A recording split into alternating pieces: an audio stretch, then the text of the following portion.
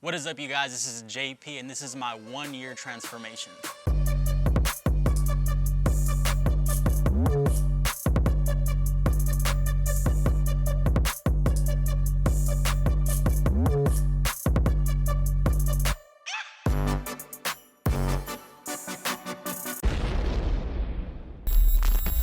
So, I finally did it. This is my full 1-year transformation. All the before and after photos you guys are seeing are obviously for 1 year. So the before photos were approximately for 1 year. Like I think it took the before photos in March of 2020 and it's March of 2021. So it's pretty much about a full 1 year transformation. Now, a couple things to know. During that year, this isn't like a full, even though the difference of the photos is 1 year, a lot of the work that I put in was pretty much done in the last 6 months. The first 6 months of this last year, I was still going through problems of drinking. Yes, if you don't know already, I am, I don't want to say a former alcoholic or a prior alcoholic, because anyone who's an alcoholic or has issues with substance abuse, it's not something that just goes away. It's kind of something that's always in the background. So yeah, so that's always going to be there. But so the first 6 months of this year difference between the photos, I wasn't putting in the best work and I still had ups and downs with drinking. So the last 6 months, I've been the best that I could possibly do. My training's been on point, and I'll actually be 6 months sober from drinking this upcoming Sunday. I think it would be the 21st. So that will be 6 months sober for me from alcohol. So that's kind of the timeline on everything between these photos. So the photos are a year apart, but most of the work was done in 6 months. So a lot of this transformation was kind of done in 6 months.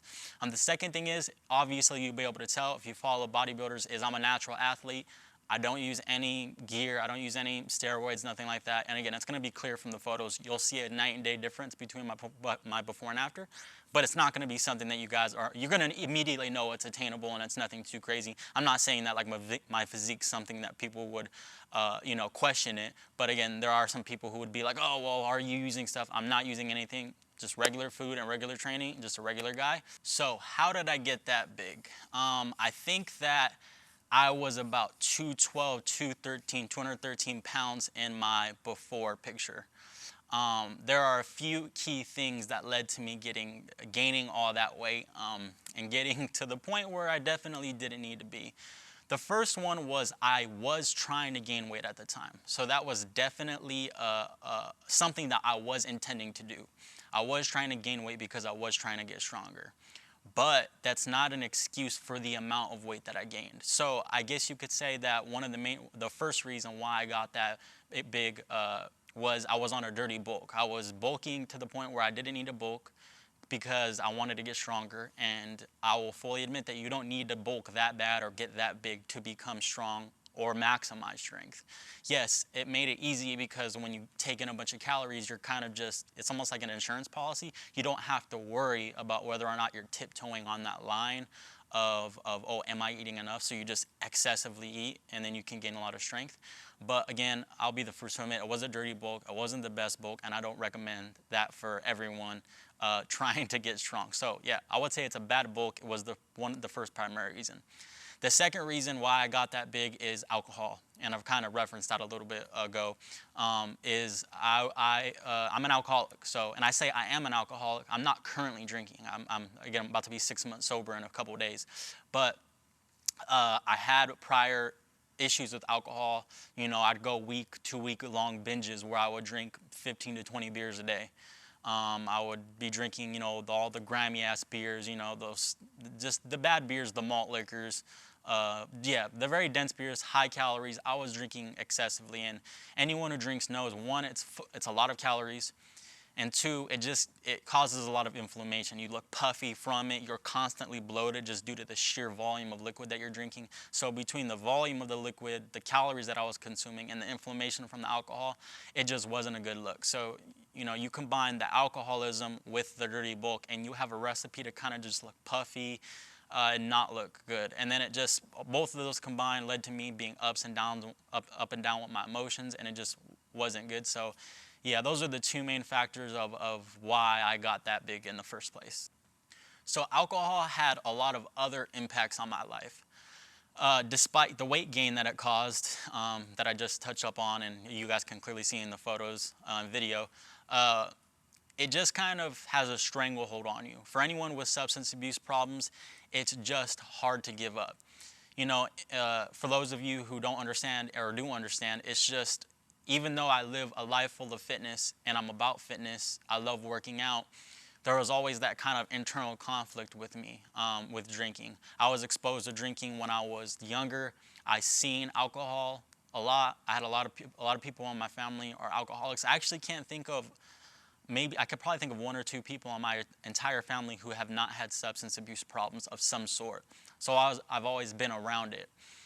So alcohol is just one of those things where even though I was living an active lifestyle, I just couldn't get away from it. You know, the hormonal happiness that I would get from alcohol, the good endorphins, the happy feelings I would get from drinking, the anxiety would go away every time I take a drink. I would feel very positive. Anything would be 5 times as much fun as before, you know. So alcohol just made things fun. It took away my anxiety and any issues I had, depression, insecurities, they all went away when I drank. So it just had a big stranglehold, but again, I wasn't happy because of the weight gain, because of the health consequences, and even just focused on the health. You don't want to drink for health reasons, and I'm glad I stopped, and I'm glad I'm about to be 6 months sober starting on Sunday. So how did I get from the overweight Julian to the a lot leaner, a lot more in shape, a lot more fit Julian? Again, we'll start with the basics. First one, don't want to touch up on it too much, is I stopped drinking alcohol, at least for the last 6 months of the year. The first 6 months of the year transformation, I still had a little bit of ups and downs, and I had a relapse, a couple relapses in there as well. So I got to get rid of the drinking. That helped with calories, it helped with the inflammation, and it just helped, you know, when you're not drunk, you can be a little bit more on point with your workouts. You could perform a little bit better.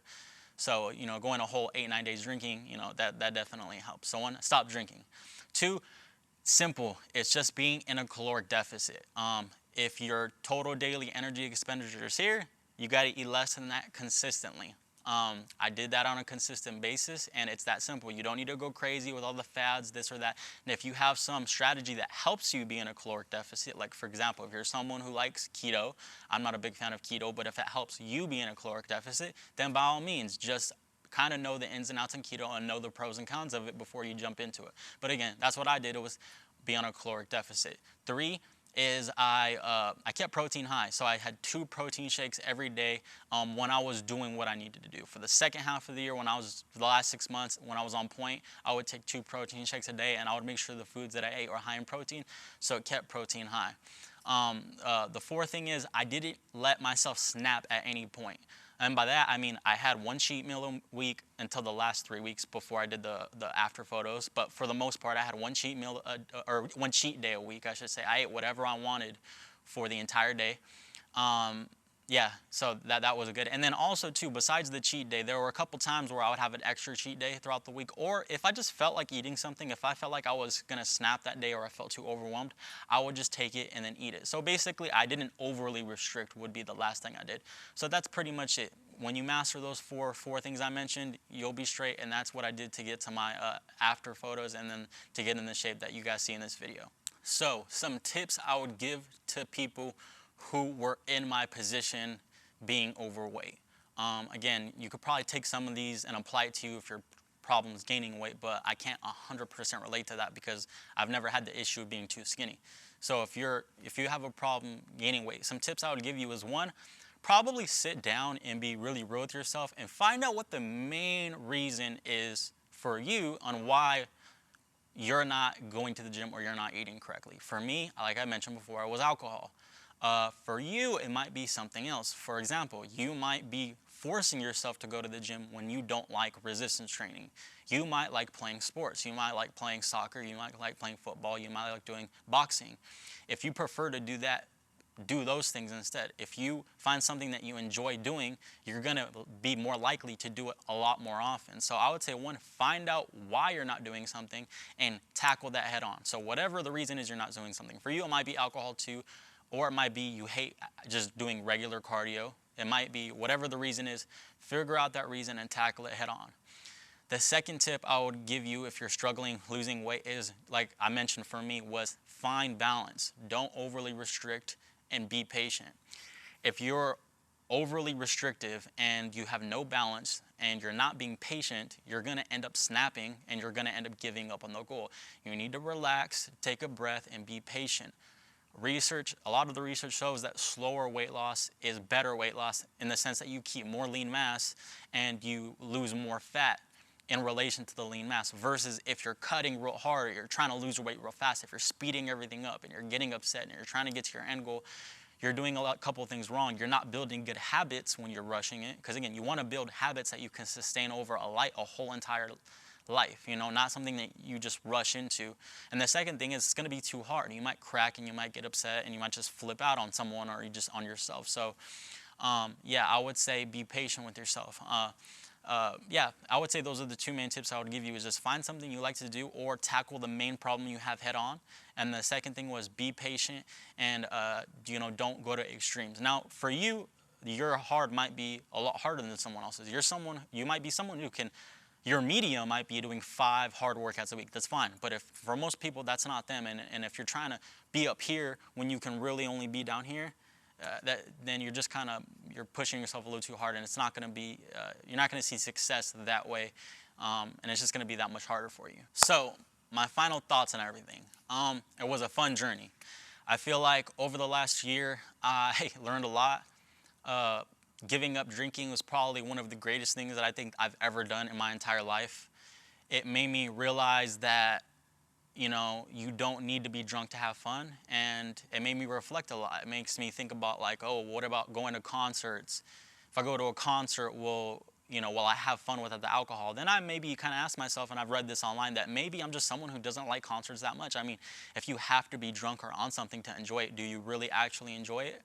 Probably not. I think I can still like concerts. That's just an example, but again, yeah, so, I kind of learned a lot about myself with quitting drinking, how to be happy, how to take care of myself, how to deal with my emotions instead of running away from my anxieties by drinking alcohol, or instead of, I read in a book, instead of trying to be in fixing mode constantly, which is what I do, I get into fixing mode. I feel anxiety, I feel depression, and I want to fix it. So I drink, or I go to caffeine, or I go to something to fix it. Instead of trying to fix, just be mindful, be aware of how you're feeling, and think of moods as bad weather instead of things you need to fix. You'll go a lot further in that, in your life than if you're trying to constantly always fix things. We're not perfect. We're humans. We go through a lot of ups and downs in our daily life. And yeah, so I've just learned a lot with quitting alcohol, and I learned a lot about myself. I realized I can push myself to limits that I didn't think. And this was, like I said, the last 6 months was the only real time I feel like that I've been sober. So even though this was a year transformation, I did all of this, most of this was in 6 months. So to think that if that's what I did in 6 months, what can I do in 2 more years of sobriety and pushing myself, gaining weight in a healthy way? Because again, I've never been on a bulk without drinking. So yeah, I've learned a lot. I'm happy at the progress I've made. I'm excited to see what I can do in the future without drinking. Again, I'm learning how to deal with my ups and downs, and I realize that I'm not perfect and no one is. So yep, I hope I'm a good example for everyone out there. I hope I'm a good example for people who are having problems with substance abuse and who struggle to lose weight. And I hope that a lot of you guys can learn a lot about this. So yep, thank you guys for sticking along with my journey. I'm going to continue to post on YouTube and Instagram. Follow me on all my social medias. Follow me on my website, jpfitnesspro.com. I'm going to be dropping a lot of content, ebooks, everything good on there. So again, thank you guys for everything. And until the next video, I'll see you guys next time. Peace.